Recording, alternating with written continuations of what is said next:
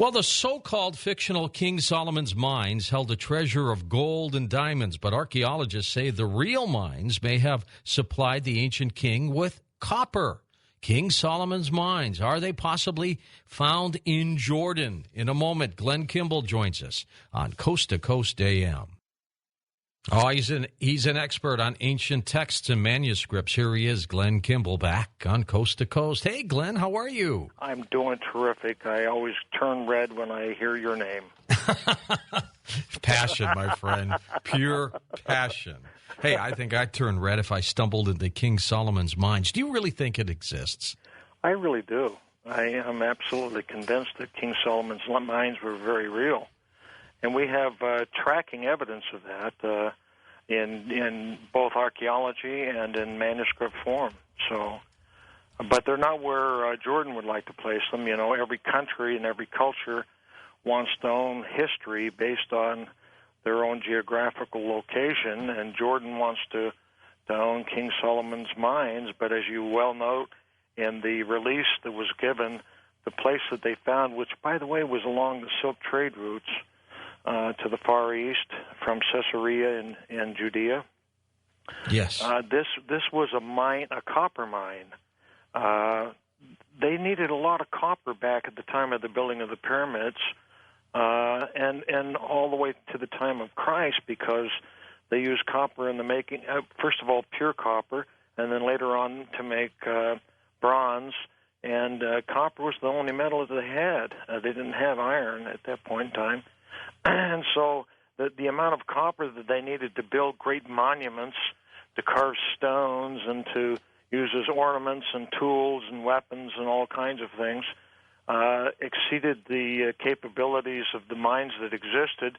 They had a mine in Africa. They had mines in Arabia. They controlled the mines in Jordan. And they went as far as Spain to get their copper and beyond. The Phoenicians were famous at the time of Hatshepsut and before, and that extends back to 1800 years BC, where they would bring barges of copper in. They would park off Heliopolis, where Cairo is today, about 2 miles off. The Phoenicians would, and they would exchange a single boat communique with the shore, and then they would unload these great big ingots that look like someone had staked out a hide. They call them the hide ingots in many respects. They call them the buffalo hide ingots. How much treasure did he have? King Solomon had an enormous amount of treasure because he married on purpose and deliberately all of the daughters of the kings that surrounded him.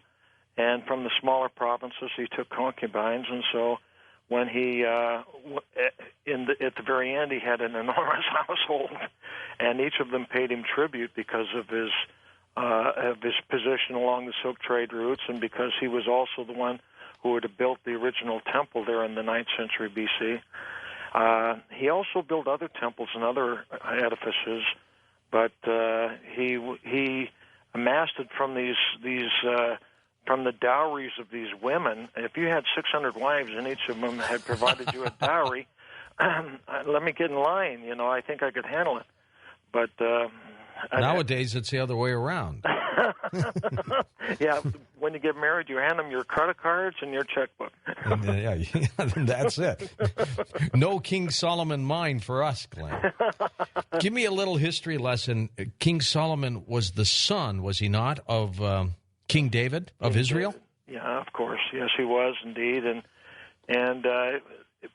he did amass an enormous amount of gold. The Temple of Solomon the walls were lined with gold, and even when they rebuilt the temple at the time of the liberation of the Jews from Babylon, the temple, the second temple that they built, was lined with gold. As a matter of fact, when they destroyed the Temple of Herod in 79 A.D. under Caligula, they melted the walls and everything down, and they took that gold back to Rome. And by the way, that story's still on the arch there in front of the Colosseum. They melted it down, and they built the Colosseum with the gold. That's the money that they used to build the Colosseum. Tell me a little bit about the theory that maybe King Solomon's treasures made their way to the States, North America. Well, I don't think they made their way to the States. I think they got them from the United States. We know that the gold came from the legendary land of Ophir, and Ophir, Ophir. Many people think that was just a city or a region, when in reality was probably an individual. In fact, we have record of that individual in the Holy Bible. King Ophir was the son, or Ophir was the son of the grandson of Eber. Eber and Hebrew are the same thing. All Hebrews are descendants of the prophet Eber. He had two sons.